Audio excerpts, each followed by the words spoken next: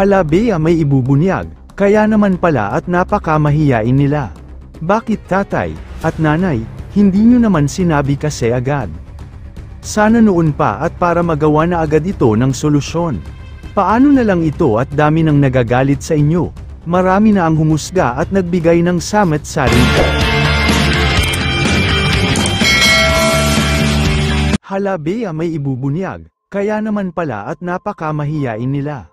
Bakit tatay at nanay, hindi nyo naman sinabi kasi agad?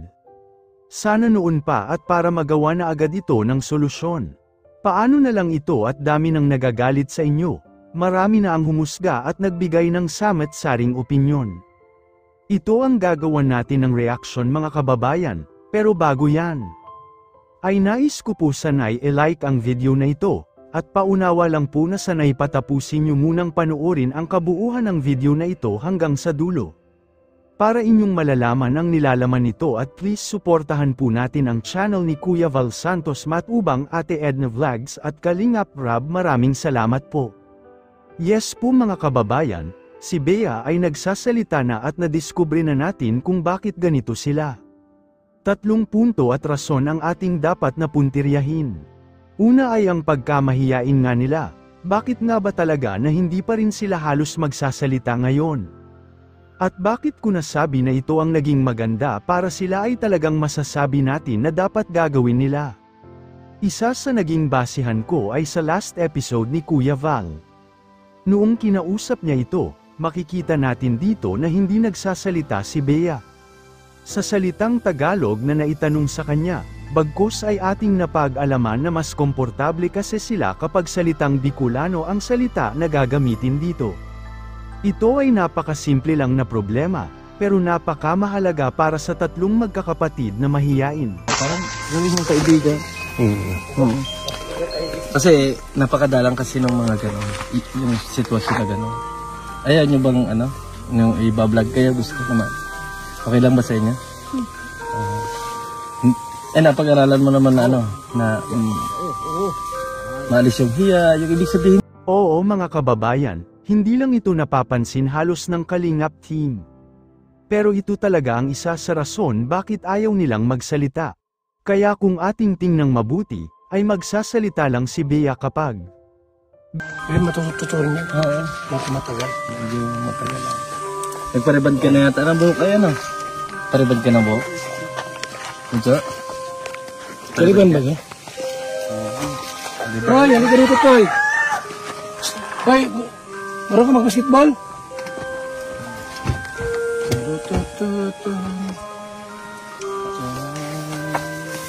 Si ate mo, pagka kausap kayo, nagsasalita naman. Gusto Bicol yan?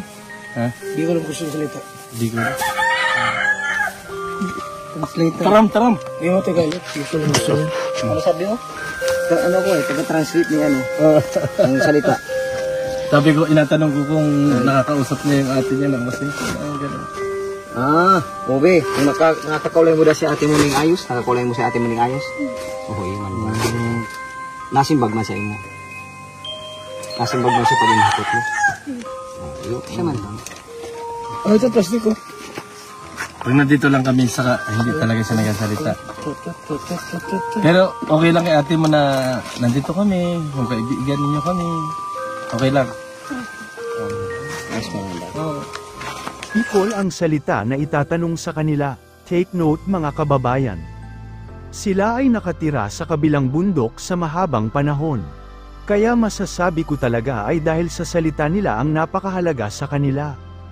Taglay kasi nila ang sitwasyon na sila mismo lang ang nakakaalam. Di kasi sila sumasagot sa problema na meron sila.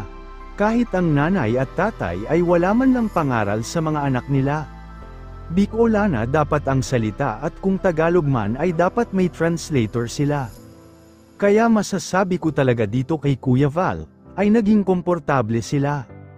At halos naging masaya sila dahil sa pangalawang punto at rason ito papasok. Dahil nga sa nakikita natin, ay sobra ang tuwa nila. Noong time na nagbibiro si Kuya Val sa kanila. Tirador daw Kuya Val, tirador. Basketballan. Tirador daw Kuya Val, gusto yan. Ay, gusto mo tirador? Yan, tirador daw. Ha? Ano gusto mong pana? Namamatawa ni Kuya. Dapat may tig-1,000 na tayo kung sa akin tumawa. Tirador, gusto tirador. Sige, darami ka ng tirador. Pana daw sa iyo. Oy, kumpe. Simpleng bagay lang ito pero dapat pahalagahan. Ito lang kasi ang nakakapagpasaya sa kanila, yung tipong nadulas ka ay masaya na silang nagtatawanan dito. Ito na ang sinasabi ko na isa talaga ito sa nakakatulong sa kanila.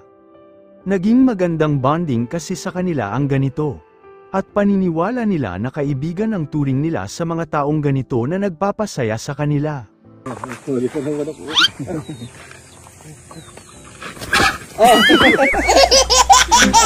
Huli. Tawad din niya.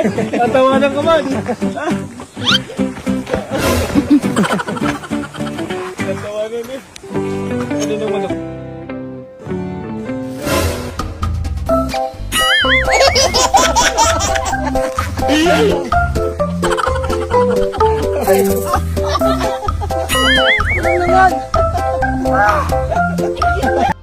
At nawala ang hinala nila na baka sila ay mabubuli na naman. Sa mga taong nakapaligid sa kanila, at ito na ang pangatlong rason. Na isa sa pinakamahalaga sa kanila, para di na talaga sila mahihiya pa. Ang regular na pakikipag-usap sa kanila, at ang pakikitungo sa ibang tao na kaharap sila. Halimbawa dito ang pagsisimba nila, na ngayon ay ginagawa na ni Kalinga Prab.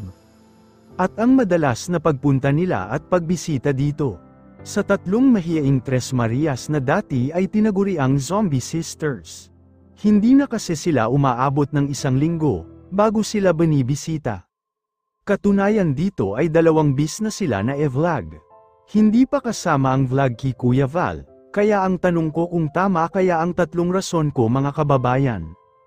Kung may kulang pa ay sana magbigay kayo mga kaibigan ng inyong komento, reaction, at opinyon at suhestyon, para ating may parating sa lahat at sa Kalingap team, at magawa ng aksyon ang ganitong sitwasyon, at para na rin malamang ang inyong saloobin at damdamin.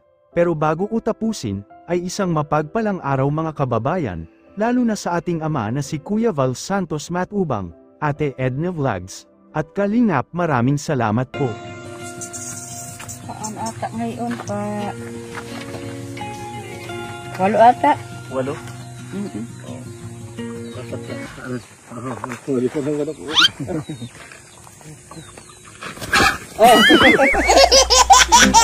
Huli. Tawad din niya. Tatawanan ka man.